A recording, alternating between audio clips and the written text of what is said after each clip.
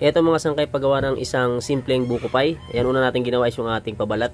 So bali gagamitin natin ng dough roller yung pagpapakinis ng ating pabalat ng ating buko pie. So ayan, bali minasa muna natin. Nandiyan na po sa ating caption yung mga ginamit nating ingredients. At ito na nga pinakinis na natin at medyo pinanipisan lang natin para mailapat na natin sa ating tray.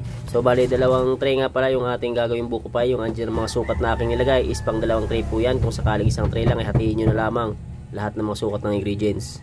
Next natin gagawin pagkatapos ng pabalat ay yung ating namang palaman.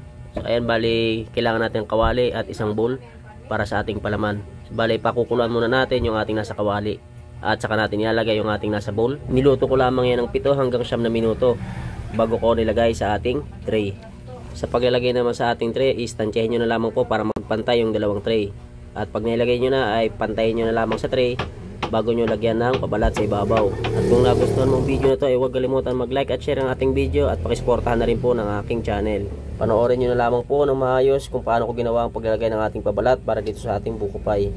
Simpleng recipe mga sangkay, madaling sundan, madaling gawin. Sigurado po akong magagawa nyo rin to kung sakaling susubukan nyo. At ito na, pagkatapos natin mailagay sa ating tray ay pwede na kagad natin itong isalang pahiran muna natin ng itlog sa ibabaw. At ito na nga, luto na yung ating buko pie. Palamigin muna natin bago i-slice. At ito na yung ating buko pie. Pagkatapos ating ma-slice, ito na yung ating finished product. Thank you for watching.